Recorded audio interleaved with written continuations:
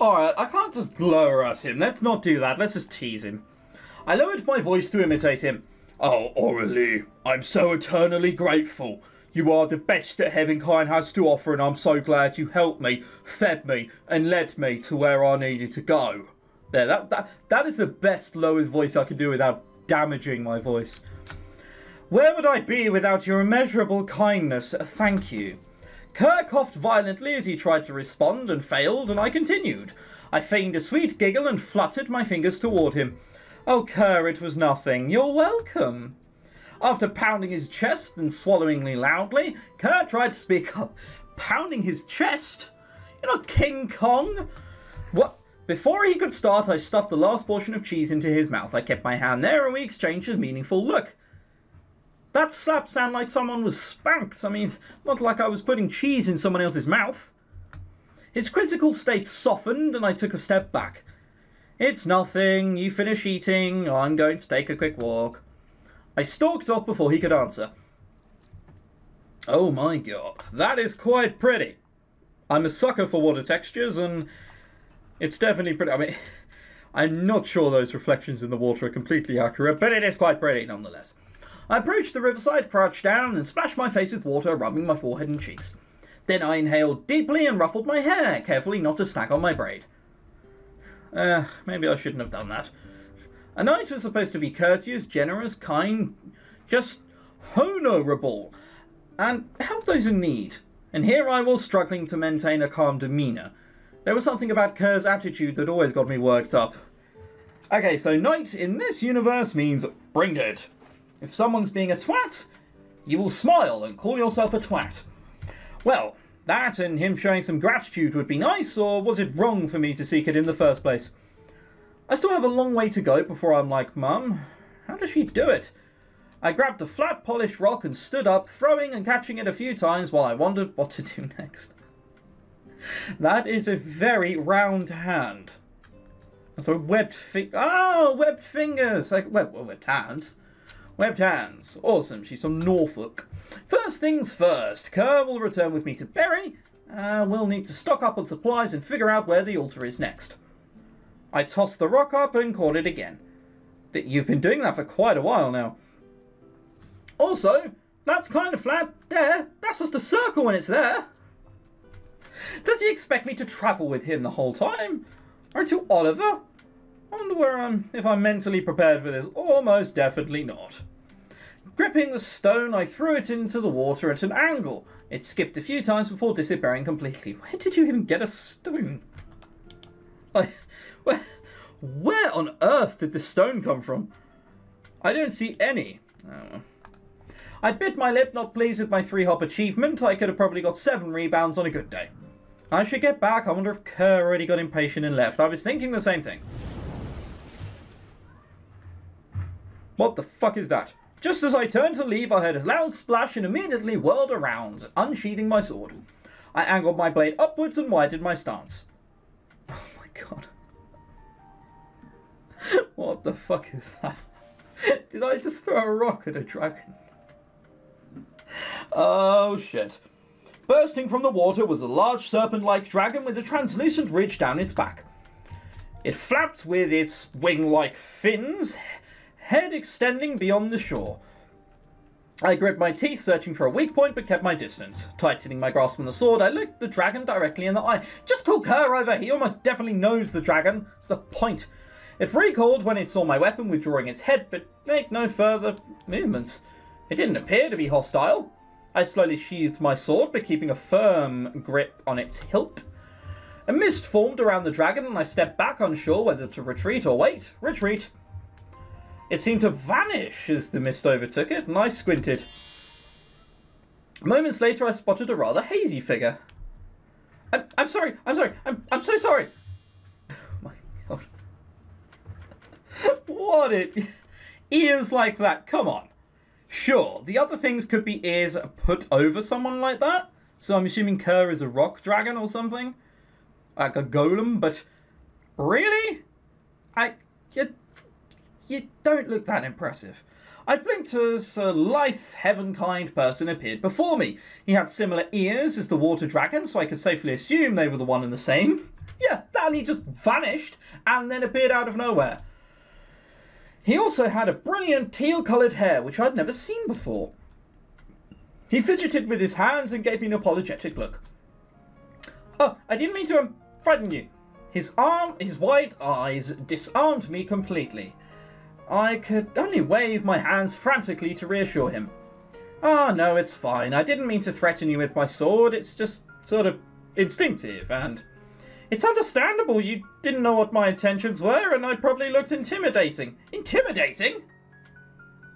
You looked a lot worse than that, Treacle. We both stopped and exchanged an awkward smile. At first it was a giggle, but I soon started laughing, then rubbed the back of my head sheepishly. He joined in with his own gentle chuckle, and any tension we felt from our rather intense encounter dissolved instantly. So, what are you here for? I'm looking for someone. He should be around here, and he would have unique ears like mine, and... You mean Kerr? You Kerr's master? His eyes widened. Me? Oh, no, I'm actually a pupil for someone else, but I know his master well.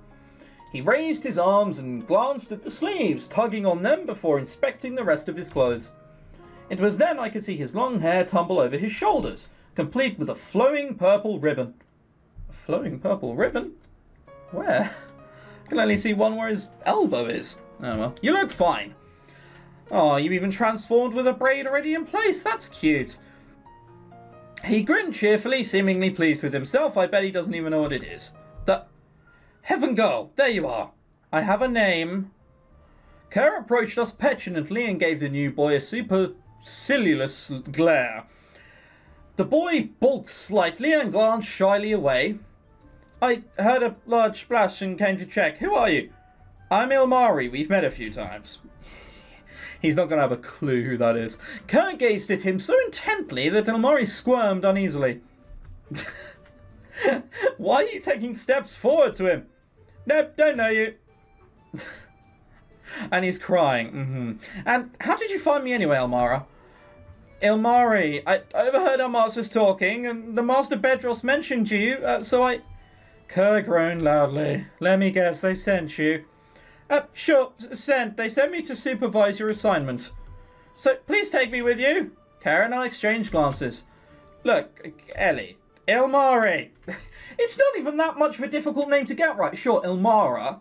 I understand where you've gone wrong there, but Ellie? Ilmari? It's not even close. Fucking Ellie. Whatever. This isn't exactly something I want to do, nor do I want more company to slow you down. Unless you can fly? Ilmari's face fell. And can take me instantly to the next altar. I'm not interested. Go back and tell your masters I can handle this myself. But... I sighed and stepped in, raising a hand to touch Kerr's shoulder. You don't need to... Kerr flinched from the physical contact, and I mentally kicked myself for forgetting already. Right, no touchy. Alright, I think Ilmari will prove useful. He did say the masters wanted this, right? They placed their trust in him for a reason. Ilmari shifted his eyes and glanced at the ground. Right, I promise I won't be a burden. And if I am, well, I can go back. Kerr grumbled and merely walked downstream, waving dismissively. Do what you want, just promise you won't lecture me or do any of that nonsense. I already get it enough. He's such a petulant little twat, is Kerr. I think he's the kind of person who needs a slap at some point. Promise! I think that's a lie. Ilmari's smile was so bright that I couldn't help but grin as well. I turned to him and offered a hand, and he tilted his head quizzically. Looks like we'll be travelling companions at least for a while. I hope you eat fish, because that would be a brilliant resource for you to get. You could just go fishing as a dragon. If not, well, you're probably just useless. Also, same thing as always. Eyebrows over the hair. That's not how eyebrows work. This is an offer to shake hands. It's a greeting between heavenkind. Ilmari extended his hand and I gave it a firm shake. Pleased to meet you, I'm Aurelie. Pleased to meet you too. And thank you for convincing Kerr.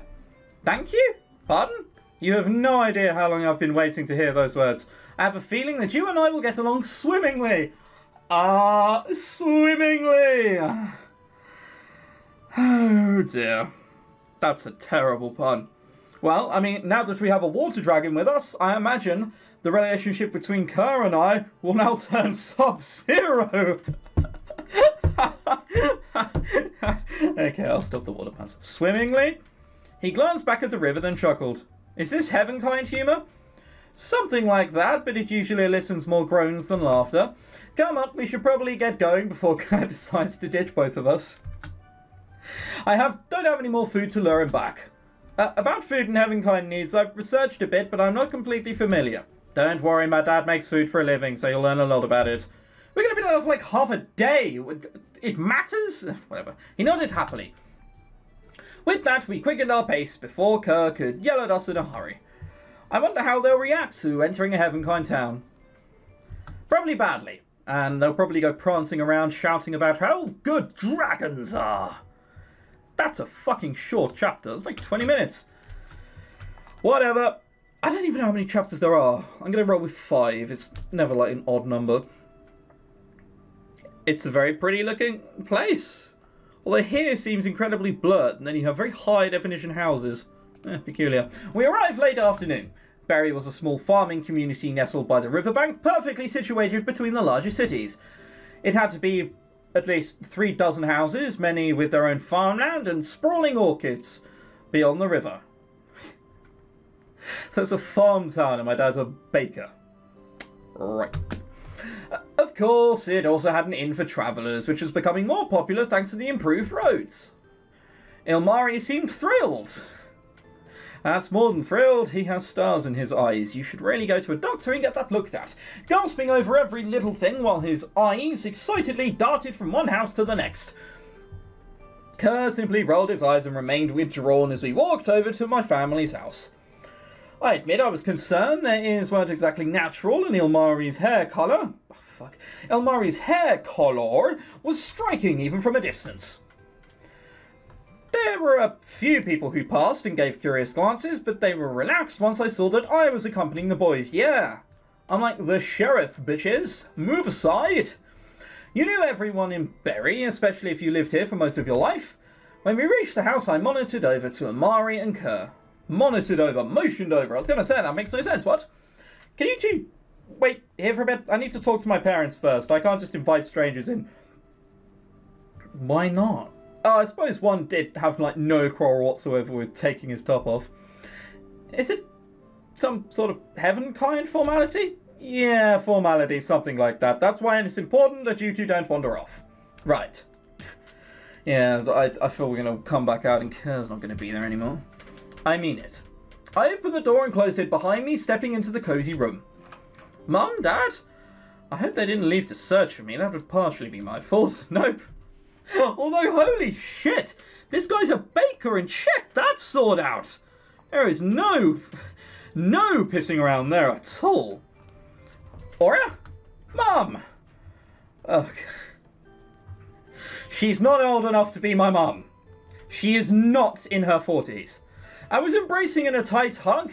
My mother worryingly checked my face before stepping back. Where were you? Your dad got all anxious and I kept telling him you would be alright, but when night came, I'm fine. The reason why my scouting took so long was because I bumped into 2 travellers. She pursed her lips and tapped her chin. They're not amnesiac. I assume that means house amnesia. Nope. Any mystical looking pendants on them? They have some simple jewellery, but no pendants. Dark and mysterious pasts? I'm pretty sure not. One is a spoiled brat and the other seems like he would be the youngest of a dozen siblings. She sighed in relief. Good, I've had too many troublesome experiences with people like that. Let them into the village and the next instance it's on fire. That's my girl. Just ignore their ears, because they might be dragons. Always thinking of everything. Where's Dad? I'm starving. She laughed at my carefree comment. He should be back soon. She leaned to one side, looking past me. You can let your friends in if you like. I turned over to see Ilmari gingerly tapping on the glass, then putting his hands all over it in bafflement. He looked like performing mime. What is this brilliant substance? You can see beyond it, but it's a barrier. Yes, we are more advanced than our gods. Put your faith in the normal people? Doesn't have a ring to it, really, that. Not from around here. You could say that. Once we sat down at the table, Kerr was content leaning against the wall, being sullen. I quickly explained the situation. I left out the punishment since I had a feeling Kerr would get embarrassed. here in the first place. They'll be observing our customs and looking at some of the altars we built. That sounds wonderful. I know there's been more interaction between both races recently, but I'm completely out of the loop. She's buying that. I had a hard time buying that to begin with. My mum, though, oh yeah, fuck it, it's got to be true. Mum used to be the captain of the guard for the city of Oliver, but had long since retired. Long since... No, whatever. That'd be where the swords come from. She married a baker. I am the captain of the guards, and I will only settle for the most finely baked bread. If your bread isn't fucking baked properly, then you're going to be no match for me, Triggle. She kept busy performing various protection services for travellers and merchants, patrolling Berry, and even teaching sword fighting. We were hoping to leave first thing in the morning, and walk the whole way. I glanced at Kerr and Ilmari. I could always swim, but it's been harder to navigate in this river recently. A lot of heaven-kind activity. None of us fly.